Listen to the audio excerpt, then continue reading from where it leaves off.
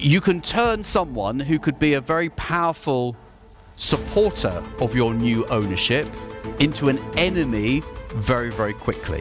The owner went and posted on the business Facebook page that she had closed the business.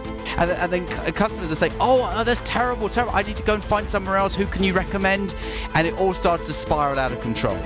And that was all because we didn't love the owner enough.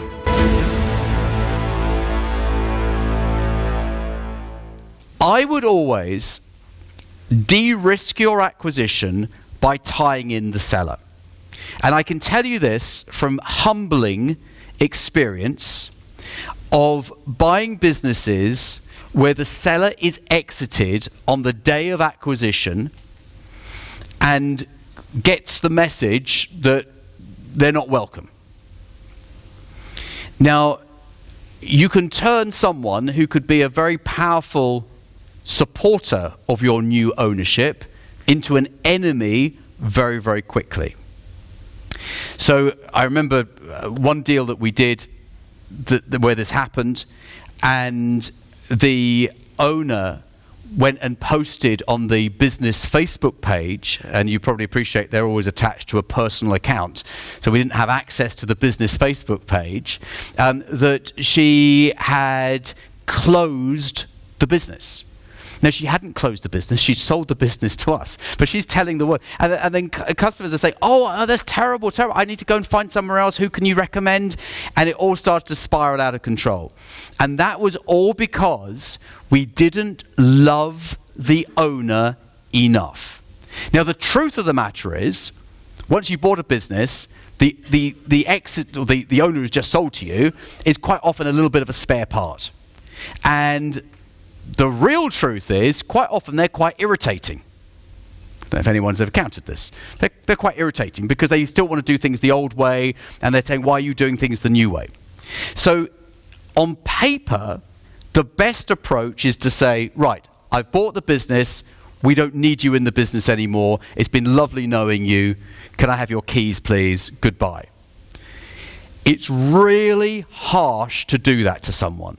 You're watching this because you're interested in buying a business, so get my business buying toolkit free of charge. 17 downloads, videos, reports, and my books as well, completely free of charge. The link is right below. So the very best way of doing it is to keep the owner on board in a consultancy capacity with a consultancy agreement that you can terminate at any time, and keep them engaged in some way. The fastest way of keeping them engaged is to link it to money, unsurprisingly. Now, how do we do this? Well, let's say we've structured it in such a way that we're going to be paying them, I keep using the same example, $300,000 over the next 3 years. Now, maybe when you were talking to them, they weren't too keen on that because they started off wanting all the money on day one, right? Because everyone does. We would, wouldn't we, if we were selling? We'd want all the money on day one. So look, we're structured over 3 years.